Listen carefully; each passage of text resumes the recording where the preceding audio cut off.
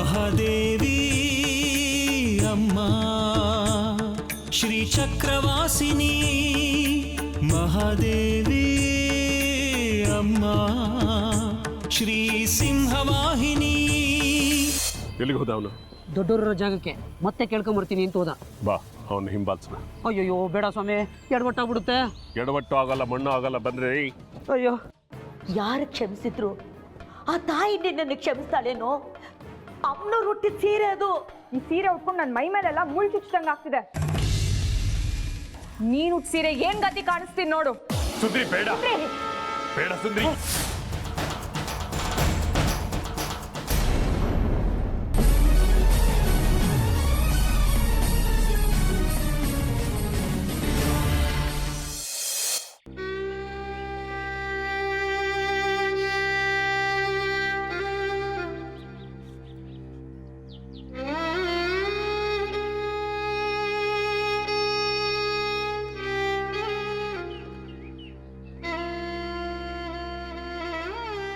ಯಾಕೋ ಶೇಖರಿ, ಮಗಳನ್ನ ಅಷ್ಟು ಬೆರೆಸೋದಕ್ಕೆ ನೋಡ್ತೀಯ?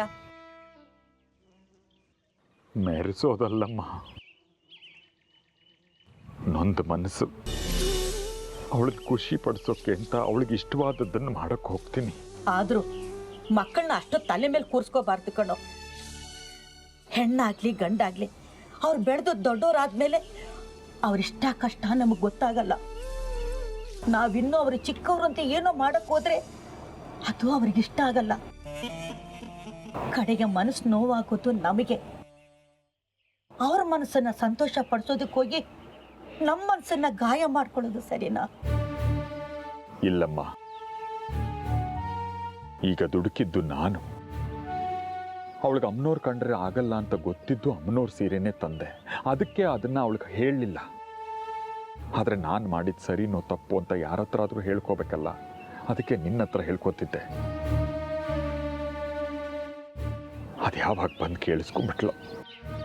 ಹೋಗ್ಲಿ ಬೇಡ, ನೊಂದ್ಕೋಬೇಡ. ಅವಳು ಹಾಗೆ ಮಾಡಿದ್ಲು ಅಂತ ನೀನ್ ಕೈ ಸುಟ್ಕೊಳ್ಳೋ ಸರಿನಾ? ಇನ್ನೇನು ಮಾಡ್ಲಮ್ಮ, ಮಗಳು ಅವಳು ನನಗೆ, ಅವಳ ಮೇಲೆ ಕೈ ಮಾಡಿದೆ, ತಪ್ಪಲ್ವಾ?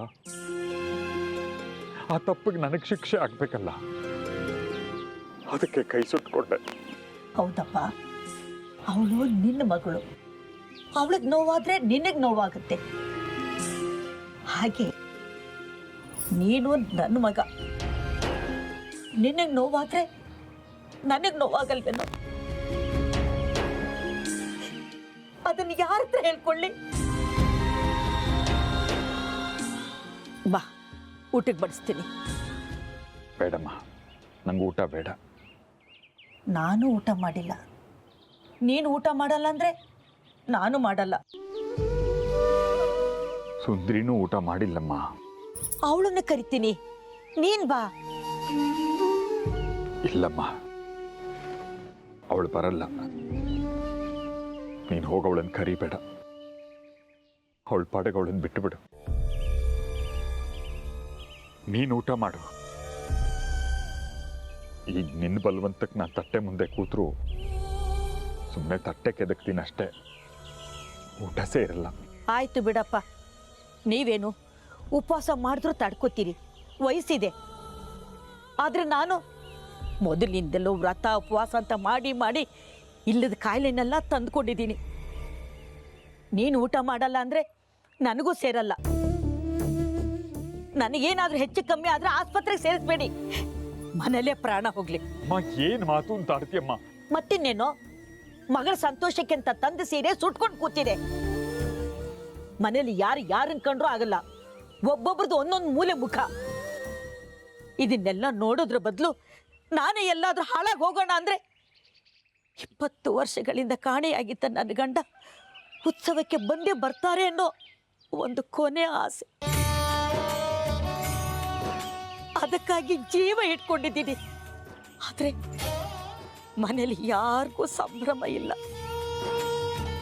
ಬೇಜಾರು ಮಾಡ್ಕೋಬೇಡಮ್ಮ, ಅಪ್ಪ ಬರ್ತಾರೆ, ಎಲ್ಲ ಒಳ್ಳೇದಾಗುತ್ತೆ. ಈಗ ನನಗೂ ಮನಸ್ಸು ಸರಿ ಇಲ್ಲ, ಆದರೂ ನಿನಗೋಸ್ಕರ 4 ತುತ್ತು ತಿಂತೀನಿ. ನಡಿ, ತಟ್ಟೆ ಹಾಕು. ನೀನು ತಟ್ಟೆ ಮುಂದೆ ಕೂತು ತುತ್ತೆಣಿಸ್ತೀಯ ಅಷ್ಟೇ. ನೀನು ಚಿಕ್ಕವನಾಗಿದ್ದಾಗ ಊಟ ಮಾಡೋಲ್ಲ ಅಂತ ಹಠ ಮಾಡ್ತಿದ್ದಾಗ ನಾನು ನಿನಗೆ ಕೈ ತುತ್ತಾಕಿ ಊಟ ಮಾಡಿಸ್ತಿದ್ದೆ. ಬಾ, ಈಗಲೂ ನಿನಗೆ ಕೈ ತುತ್ತಾಕ್ತೇನೆ. ಒಂದು 4 ತುತ್ತು ನಿನ್ನ ಹೊಟ್ಟೆಗೆ ಸೇರಲಿ ಪಾಪ.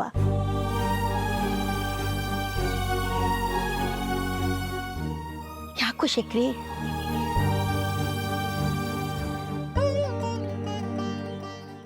ಯಾಕೆ ಅಳ್ತೀಯೋ? ಏನೂ ಆಗಲ್ಲ, ಎಲ್ಲ ಸರಿ ಹೋಗುತ್ತೆ. ಬಾ.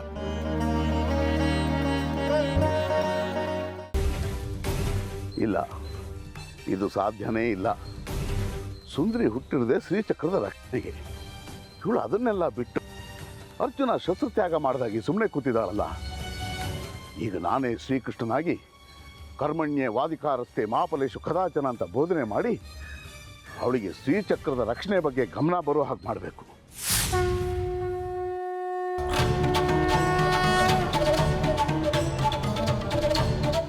ಮಾಡೋ ಕೆಲಸ ಬಿಟ್ಟು ಆಡೋ ದಾಸೆ ನೀನು ಹೋದ್ರೂ ಹಾಗೆ ಇವಳು ಮಾಡೋ ಕೆಲಸನೇ ಮಾಡ್ತಿಲ್ಲ.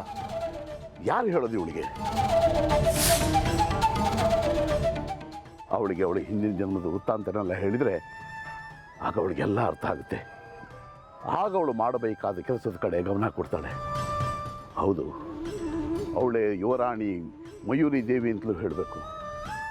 ಅವಳೇ ಹಿಂದಿನ ಜನ್ಮದಲ್ಲಿ ಶ್ರೀಚಕ್ರದ ರಕ್ಷಣೆ ಮಾಡ್ತಿದ್ದೋಳು ಅಂತಲೂ ಹೇಳಬೇಕು.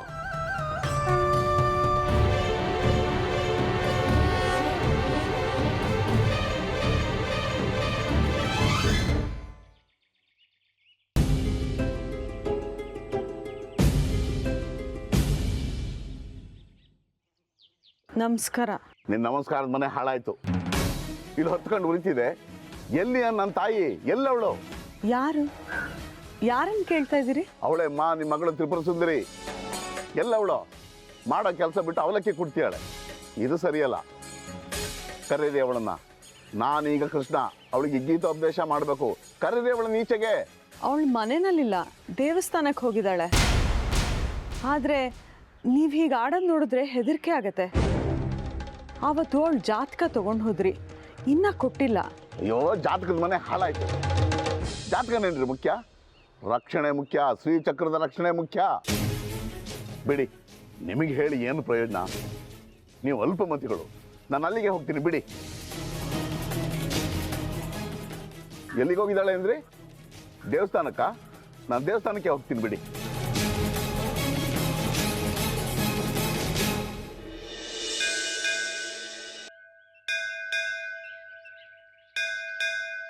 ಶೇಖರೆ, ಸ್ವಲ್ಪ ಹಿಡ್ಕೊ. ಪಂಚೆ ಕಟ್ಕೊಂಡ್ಬಿಡ್ತೀನಿ. ಇವತ್ತು ದೇವಸ್ಥಾನದಲ್ಲಿ ಯಾರೋ ಮೃತ್ಯುಂಜಯ ಹೋಮ ಮಾಡಿಸಿದ್ರು. ಅದು ಮುಗಿಸೋದ್ರಲ್ಲಿ ಸಾಕಾಗೋಗ್ಬಿಡ್ತು. ಮೃತ್ಯುಂಜಯ ಹೋಮ ಯಾಕೆ ಮಾಡಿಸ್ತಾರೆ ಆರಾಧ್ಯರೇ? ಇನ್ಯಾಕೆ ಮಾಡಿಸ್ತಾರೆ? ನಿಮ್ಮ ಮಗನಿಗೆ ಅಕಾಲ ಮರಣ ಆಗಿದೆ, ಮೃತ್ಯುಂಜಯ ಹೋಮ ಮಾಡಿಸಿ ಅಂತ ಯಾರೋ ಶಾಸ್ತ್ರಗಳು ಹೇಳಿರ್ತಾರೆ. ಅದಕ್ಕೆ ಇವ್ರು ಮಾಡಿಸಿರ್ತಾರೆ. ಅಂದರೆ ಮೃತ್ಯುಂಜಯ ಹೋಮ ಮಾಡಿಸಿದ್ರೆ ಮರಣ ತಪ್ಪುತ್ತಾ? ಎಲ್ಲಾದರೂ ಉಂಟೇನೆಯ? ಮೃತ್ಯುಂಜಯ ಹೋಮ ಮಾಡಿ ಮರಣ ತಪ್ಪಿಸೋ ಹಾಗಿದ್ದಿದ್ರೆ ಎಲ್ಲರೂ ಅದನ್ನೇ ಮಾಡಿ ಈ ಭೂಮಿನೇ ಬಿಟ್ಟೋಗ್ತಾ ಇರಲಿಲ್ಲ. ಮರಣ ವಿಧಿಲಿಖಿತ.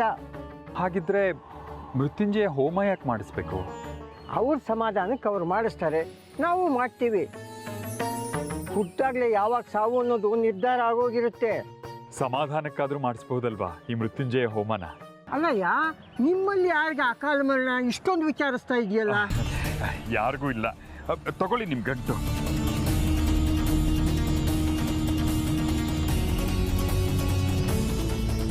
ಅಲ್ಲ, ಇವನಿಗೆ ಅಕಾಲ ಮರಣ ಇರೋ ಥರ ಆಗ್ತಾ ಇದ್ದಾನಲ್ಲ?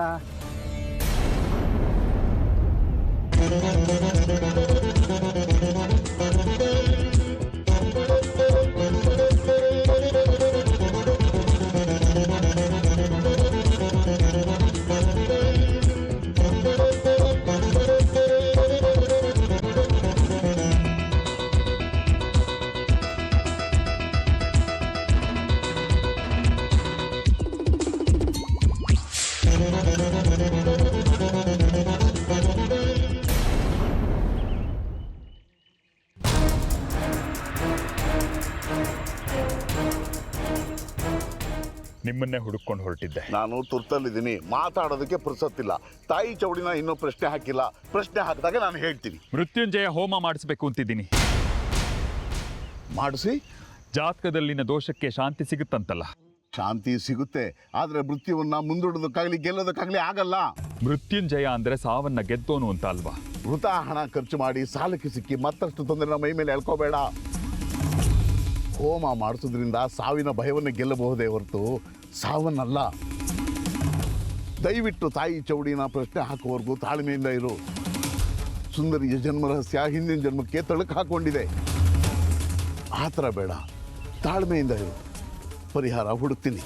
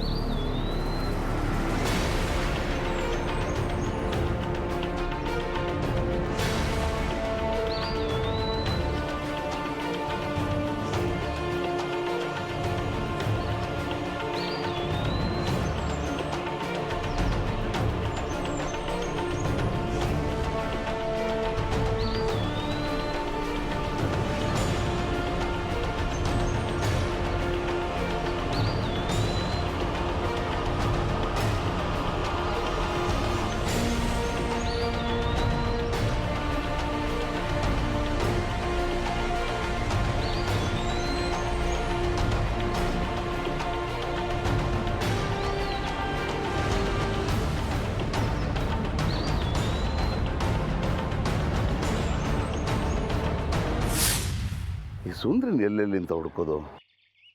ಈ ಅಮ್ಮನವ್ರು ಬೇಕಾದ್ರೂ ಸಿಗ್ತಾರೆ, ಇವಳು ಸಿಗಲ್ವಲ್ಲ. ಅಯ್ಯಯ್ಯೋ, ಈ ಶೇಖರಿಗೆ ಉಪದೇಶ ಮಾಡೋ ತರಾತುರಿಲಿ ಸುಂದರಿ ಪೂರ್ವವೃತ್ತ ಅಂತಾನೆ ಹೇಳಿದ್ವಲ್ಲ ನಾನು. ಸುಂದರಿ ಇರೋದೇ ಶ್ರೀಚಕ್ರದ ರಕ್ಷಣೆಗೆ ಅಂತ ಅವನಿಗೆ ಹೇಳಿದ್ದಿದ್ರೆ ಸ್ವಲ್ಪನಾದರೂ ಸಮಾಧಾನ ಆಗ್ತಿತ್ತೋ ಏನೋ. ನಾನೇ ಹೋಗೋನ್ಬಿಟ್ಟೆ. ಇವನು ವೇದಾಂತಿ ಥರ ಎಲ್ಲೆಲ್ಲಿ ಅಲಿತಿರ್ತಾನೋ ಏನೋ. ಮೊದಲು ಇವನನ್ನು ಹುಡುಕ್ಬೇಕು.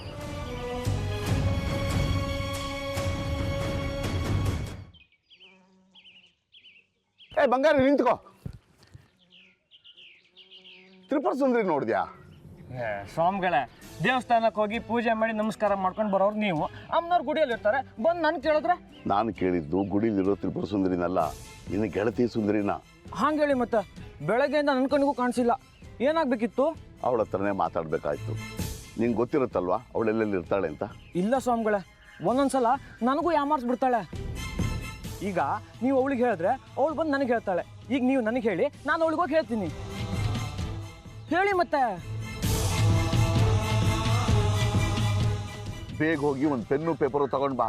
ತುರ್ತಾಗಿ ಒಂದು ವಿಷಯನ ಸುಂದರಿ ಹೇಳಲೇಬೇಕಾಗಿದೆ. ಸರಿ, ದೇವಸ್ಥಾನದ ಕಚೇರಿ ಹೋಗಿ ಪೆನ್ನು ಪೇಪರ್ ಇಸ್ಕೊ ಬರ್ತೀನಿ.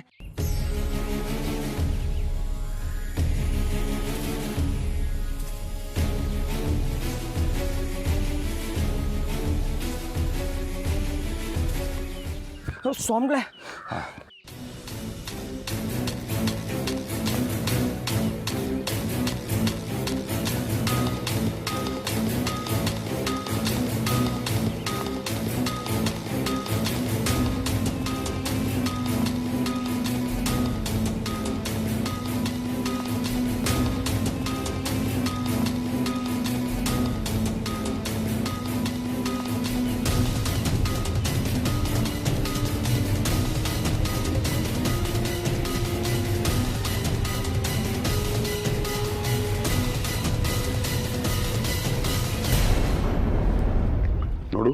ಸುಂದರಿ ಸಿಕ್ಕ ಕೂಡಲೇ ಈ ಪತ್ರನ ಅವಳ ಕೈ ಕೊಡು. ಅವಳಿಗೇನಾದರೂ ಅನುಮಾನ ಇದ್ದರೆ ನನ್ನನ್ನು ಬಂದು ಕಾಣೋದಕ್ಕೆ ಹೇಳು. ನಾನು ವಿರೂಪಾಕ್ಷ ಶಾಸ್ತ್ರಿಗಳ ಮನೇಲಿ ಇರೋದಿಲ್ಲ, ನಾನು ಎಲ್ಲಿರ್ತೀನಿ ಅಂತ ಈ ಪತ್ರದಲ್ಲಿದೆ. ಅವಳಿಗೆಲ್ಲ ಅರ್ಥ ಆಗುತ್ತೆ. ನೀನು ಮಾತ್ರ ಈ ಪತ್ರವನ್ನು ತೆಗೆದು ಓದಬೇಡ. ನನಗೆ ಓದಕ್ಕೆ ಬರಲ್ಲ ಬಿಡಿ. ಹಾಂ, ಈ ಪತ್ರ ಬೇರೆ ಯಾರ ಕೈಗೂ ಸಿಗಬಾರ್ದು, ಸರಿನಾ?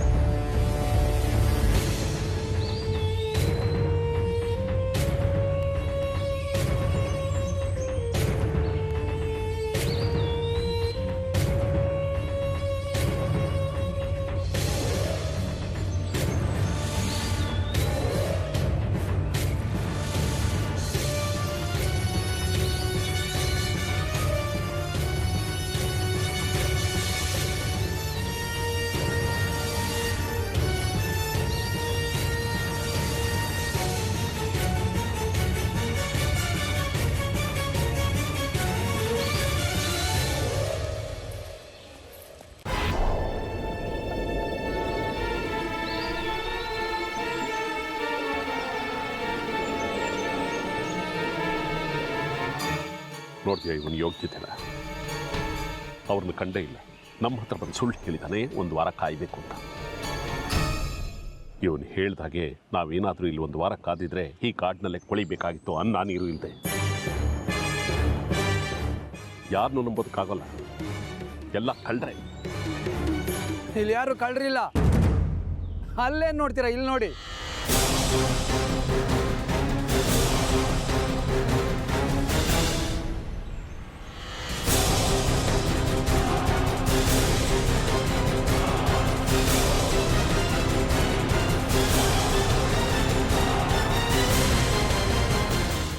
ಸುಳ್ಳು ಯಾಕೆ ಹೇಳಬೇಕಾಗಿತ್ತು 1 ವಾರ ಆಗುತ್ತೆ ಅಂತ? ಸುಳ್ಳಲ್ಲ ನಾನು ಹೇಳಿದ್ದು, ಸತ್ಯನೂ ಅಲ್ಲ.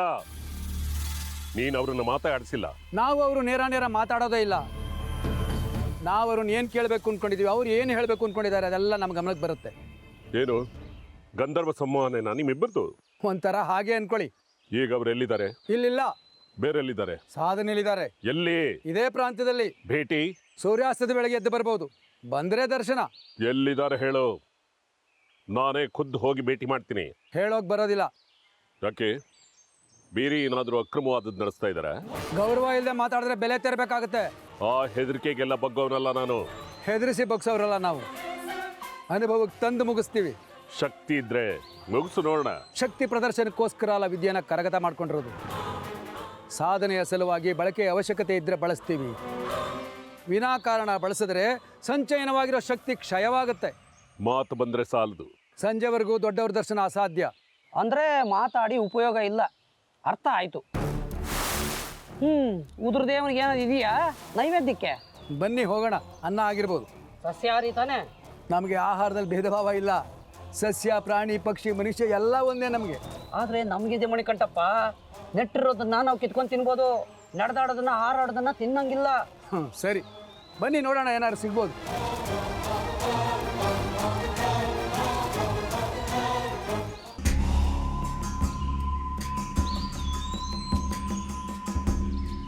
ಮನೇಲಿ ಇದ್ದಿದ್ರೆ ಇಷ್ಟೊತ್ತಿಗೆ ಒಂದು ಅವಲಕ್ಕಿನೋ ಒಂದು ಉಪ್ಪಿಟ್ಟೋ ಕೆದಿಕೆ ಹಾಕಿರ್ತಿದ್ಲು ನನ್ನ ಹೆಂಡತಿ ಸುಲೋಚನ.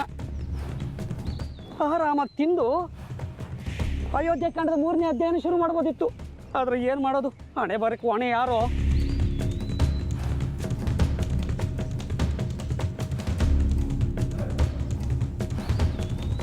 ನೀವು ಹುಡುಕಿದ್ರೆ ಅವ್ರು ಸಿಗಲ್ಲ. ಸುಮ್ಮನೆ ನನ್ನ ಮಾತು ಕೇಳಿ ನನ್ನ ಜೊತೆ ಬನ್ನಿ. ಸೂರ್ಯಾಸ್ತವಾಗಲೇ ಮೊದಲೇ ವಾಮಾಚಾರದ ಜಾಗ ಇದು. ಕ್ಷುದ್ರ ದೇವತೆಗಳು ಸಂಚರಿಸ್ತಾ ಇರ್ತಾರೆ. ಅವ್ರ ಕೋಪಕ್ಕೆ ಗುರಿಯಾಗಬೇಡಿ. ಬನ್ನಿ ಸ್ವಾಮಿ ಬನ್ನಿ, ಕೆಡವಕ್ಕೆ ಹೋದ್ರೆ ಕೆಡ್ಕೊಂಡ್ರು ಅಂತ ಆಗ್ಬಾರ್ದು. ಯಾವುದಾದ್ರೂ ಶಾಕಿನಿ ಡಾಕಿನಿ ಬಂದು ಅಮಿಕೆ ಬಿಟ್ರೆ ಕಷ್ಟ. ಬನ್ನಿ ಬನ್ನಿ ಬ್ಯಾಗ್ ಹೋಗೋಣ.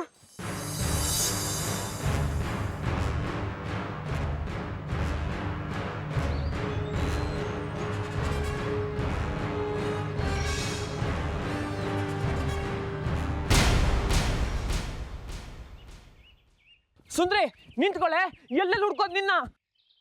ಒಂದ ಎರಡ ಕೆಲಸ ನನಗೆ. ಆ ಪಂಚಾಕ್ಷರಿಗೆ ಹೊಟ್ಟೆ ಉರಿ. ಕೆಲಸ ಕೊಟ್ಟಿದ್ದಾನೆ ಅಂತ ಹೊರಗಿನ ಕೆಲಸನೂ ನನಗೆ ಗಂಟು ಹಾಕಿದ್ದಾನೆ. ಖಜಾಂಚಿ ಹತ್ರ ಹೋಗು, ದೇವಸ್ಥಾನಕ್ಕೆ ಪ್ರಸಾದಕ್ಕೆ ಬೇಕಾಗಿರೋ ಪಟ್ಟಿ ಬರಿ, ಅದು ಇದೊಂದು 3 ಹೊತ್ತು 108 ಕೆಲಸ ಹೇಳ್ತಿರ್ತಾರೆ. ನೀ ಕಸ ಗುಡಿಸುವಾಗ ಚೆನ್ನಾಗಿತ್ತು, ಮೆಟ್ಲು ಕಸ ಗುಡಿಸುವಾಗ ಸುಸ್ತಾಗಿ ಕೂತ್ಕೋತಿದ್ದೆ, ನಾನು ಅವಾಗ ನಿನ್ನ ನೋಡ್ತಿದ್ದೆ. ಈಗ ಯಾರ ಕೈಗೂ ಸಿಗೋದೇ ಇಲ್ಲ ನೀನು. ಗುಗ್ಗು, ಕೆಲಸ ಜಾಸ್ತಿ ಅಂತ ಹಳೆ ಕೆಲಸಕ್ಕೆ ಗಂಟು ಹಾಕೊಂಡಿರ್ತಾರಾ? ಕೆಲಸ ಜಾಸ್ತಿ ಆದ್ರೂ ಪರವಾಗಿಲ್ಲ. ಈಗ ನಾನು ದೇವಸ್ಥಾನದಲ್ಲಿ ಲೆಕ್ಕ ಬರೆಯೋಳು, ಮರ್ಯಾದೆನೂ ಜಾಸ್ತಿ. ಹೊಟ್ಟೆ ಹಸಿತಿದೆ, ಆಮೇಲೆ ಸಿಗ್ತೀನಿ. ಸುಂದ್ರಿ ನಿಂತ್ಕೊಳ್ಳೆ. ದೇಶಿಕರು ದೇವಸ್ಥಾನದಲ್ಲಿ ನೀನು ಹುಡುಕ್ದಂತೆ, ನೀನು ಸಿಗ್ಲಿಲ್ಲ ಅಂತ ಈ ಚೀಟಿ ಕೊಟ್ಟರು. ಇದನ್ನು ಓದಿದ ತಕ್ಷಣ ಅವ್ನು ಭೇಟಿ ಆಗ್ಬೇಕಂತೆ.